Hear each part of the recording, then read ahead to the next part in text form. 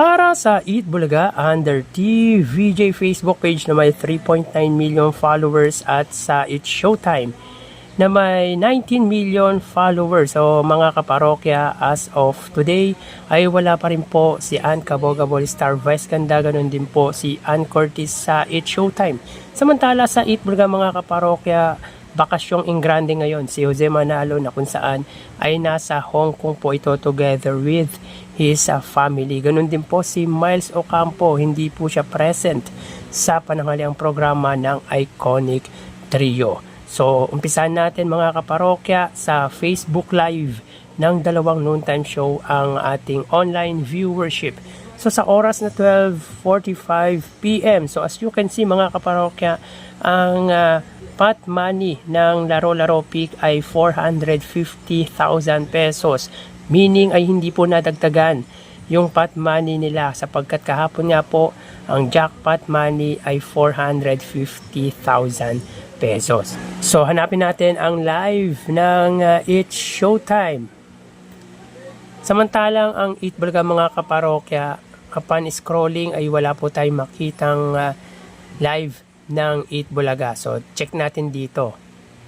So, ang Eat Bulaga po ay may 2,200 viewers at ang It's Showtime naman po ay may 3,700 live viewers. So, dito makita po natin na ang pagitan ng dalawang noontime program sa kanilang live Facebook ay 1,500 viewers at pabor po yan sa It's Showtime.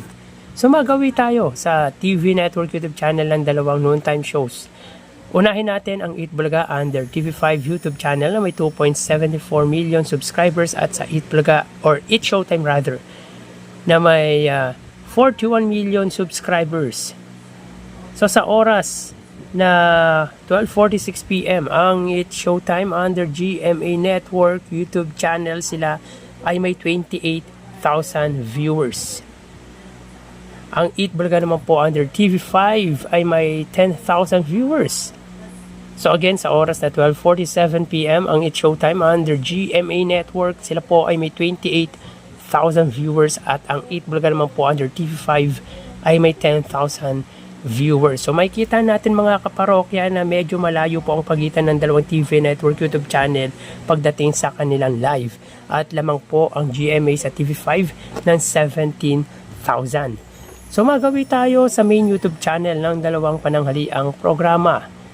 Para po sa It's Showtime under ABS-CBN It's Showtime na may 2.77 million subscribers at sa Eat Bulaga under Eat Bulaga TVJ YouTube channel na may 1.78 million subscribers. So 1 million ang subscribers, ang pagitan ng subscribers ng dalawang noontime program. So sa oras na 12:48 PM ang It's Showtime, sila po ay may 89,000 viewers. Ang Eat Bulaga naman po, sila ay may 128,000 viewers.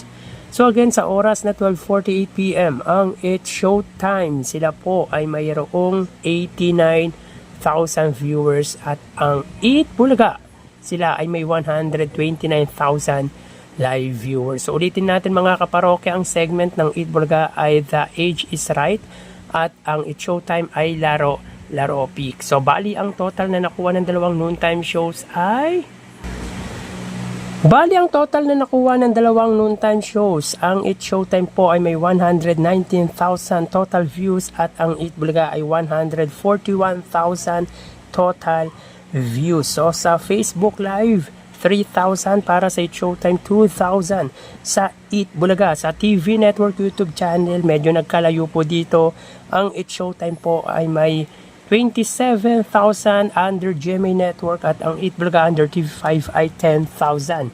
Pero mas malayo naman po pagdating sa main YouTube channel at pabor po yan sa Eat Bulaga sapagkat meron lamang pong 89,000 ang It's Showtime, 129,000 views naman po sa Eat Bulaga. So 40,000 ang pagitan ng live ng dalawang noontime shows pagdating sa kanilang main YouTube channel. So dito ay lamang ng 22,000 views ang Eat Bulaga against sa It's Showtime.